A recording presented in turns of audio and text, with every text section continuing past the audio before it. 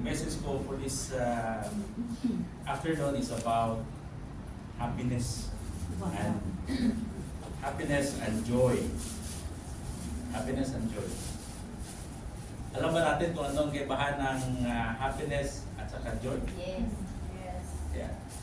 Sa sinong nakaka-familiar ng happiness index? Ito yung measurement ng bawat countries in the world. Every countries in the world, minimeasure nila kung gaano ka-happy yung mga tao doon. Nakatira doon. So, paano nila minimeasure yung kung happy ba talaga yung mga tao? Ito yung mga variables na ginagamit nila, no? Mga factors. Una, GDP, gross domestic product, kung kano kayaman yung, usually yung GDP, yun yung gauge kung gaano kayaman yung isang bansa. Okay? So usually, kung yung expect nila na yung mayayaman na bansa, yung mga tao is happy. Happy, di ba? Tapos, secondly, yung social support ng gobyerno na binibigay doon sa mga tao.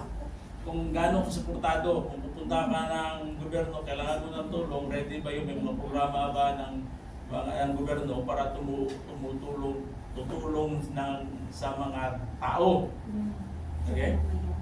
Tapos, yung ito, health life expectancy.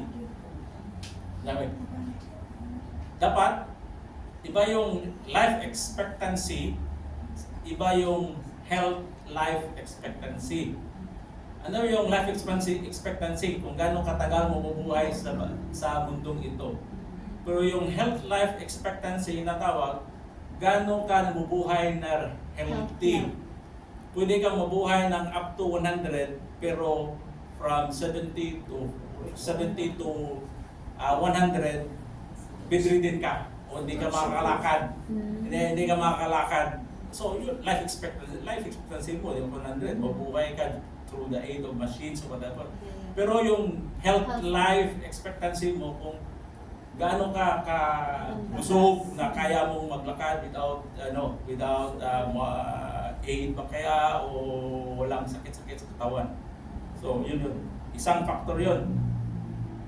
Tapos ang isa, another factor is generosity. Gaano ka generous mo kapag magbigay yung mga tao doon. So yung magbigay. At tapos yung pangalawa, pangahapong huli is perceptions of corruptions.